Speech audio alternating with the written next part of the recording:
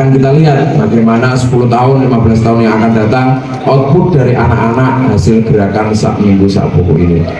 Geliat membudayakan literasi terus digaungkan dengan diluncurkannya gerakan Sak Minggu Sak Buku oleh Pemkab Batang di Kampung Literasi Pelangi Proyongan Selatan Selasa 7 April 2026. Gerakan tersebut untuk memfokuskan anak di usia emas tak hanya cerdas secara intelektual maupun emosional, serta menjadikan mental anak lebih kritis dalam menyikapi permasalahan di masa depan.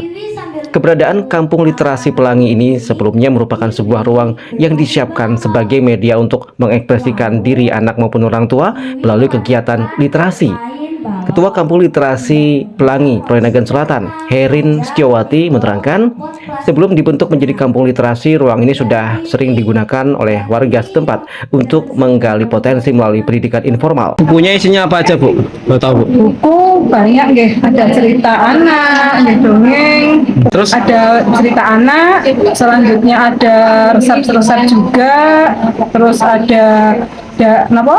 Seperti keagamaan juga ada berapa jenis dan ini ada berapa jumlahnya? jumlah kurang lebihnya 1000 ada. 1000.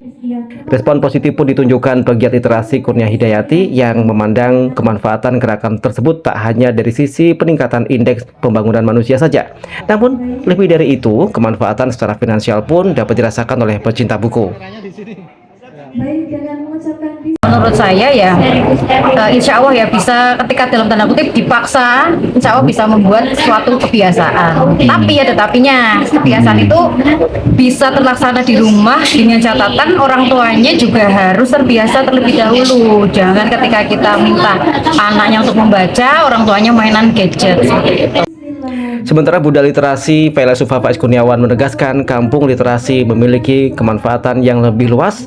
Selain ruangan, dari sisi kelengkapan buku pun jauh lebih variatif. Sak Minggu Sak Buku sebenarnya pada esensinya itu kita ingin menyasar kalangan anak-anak kaum.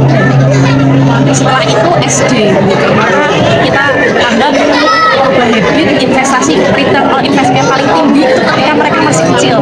Jadi mereka tahu TK itu bisa mulai dibicarakan orang tuanya. Buku yang pendek-pendek saja bisa dipinjam di sekolah masing-masing atau di pojok desa, biasanya ada di balai desa, atau kalau mau ekstra bisa ke perpustakaan. Rencananya program Sak Minggu Sak Buku dan Kampung Literasi akan diintensifkan di 15 kecamatan. Bupati Batang M. Faiz Kurniawan siap memberikan tambahan anggaran sebesar 250 juta dengan jumlah terbanyak di sebuah kecamatan. Paling banyak itu berarti persentase dari jumlah desa kelurahan yang ada di kecamatan tersebut. Nanti akan kita kasih bonus untuk PIK-nya itu 250 juta. Soal pembangunan seperti apa, tapi yang nanti akan kita berikan tambahan anggaran 250 juta. Jadi kita harus file bahwa mana yang berprestasi yang kita support.